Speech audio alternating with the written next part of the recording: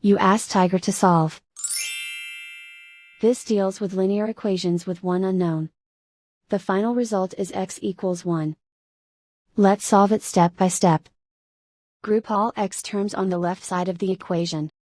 Subtract x from both sides. Group like terms. Simplify the arithmetic. Group like terms. Simplify the arithmetic.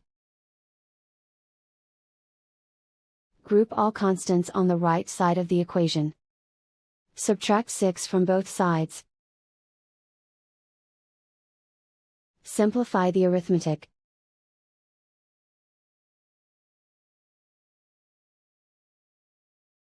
Isolate the x.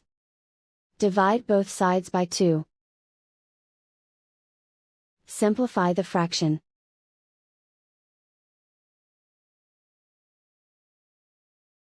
And so the final result is x equals 1.